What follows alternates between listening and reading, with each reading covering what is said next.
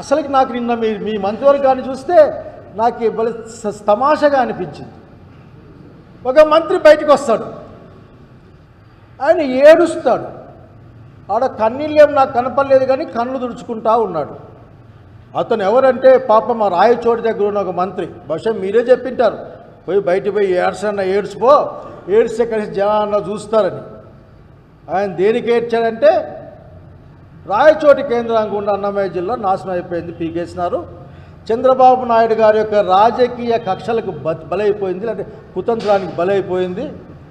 కోడూరు నెల్లూరు లేకి, ఇది తిరుపతి లేకి, మిగతా మదనపల్లి కలిపేసి ఇక్కడ ఏమీ లేకుండా చేశాడు. అంతకుముందు ఈయన చెప్పిన మాటలు అందరూ గుర్తు తెచ్చుకున్నారు. సోషల్ మీడియా మొత్తం నడుస్తూ ఉంది. మీసం తీసేస్తాను, రాజీనామా చేసేస్తాను అని మాట్లాడి ఆడపోయి కన్నీళ్ళు పెట్టుకొని బయటకు వచ్చాడు. మళ్ళీ కన్నీళ్ళు తుడుచుకొని లోపలికి పోయాడట. మెడికల్ కాలేజీ కడతామని చెప్పారట. అంటే మెడికల్ కాలేజ్ గవర్నమెంట్లోనా పీపీపీలోనా చెప్పింటే కూడా బాగుండేది.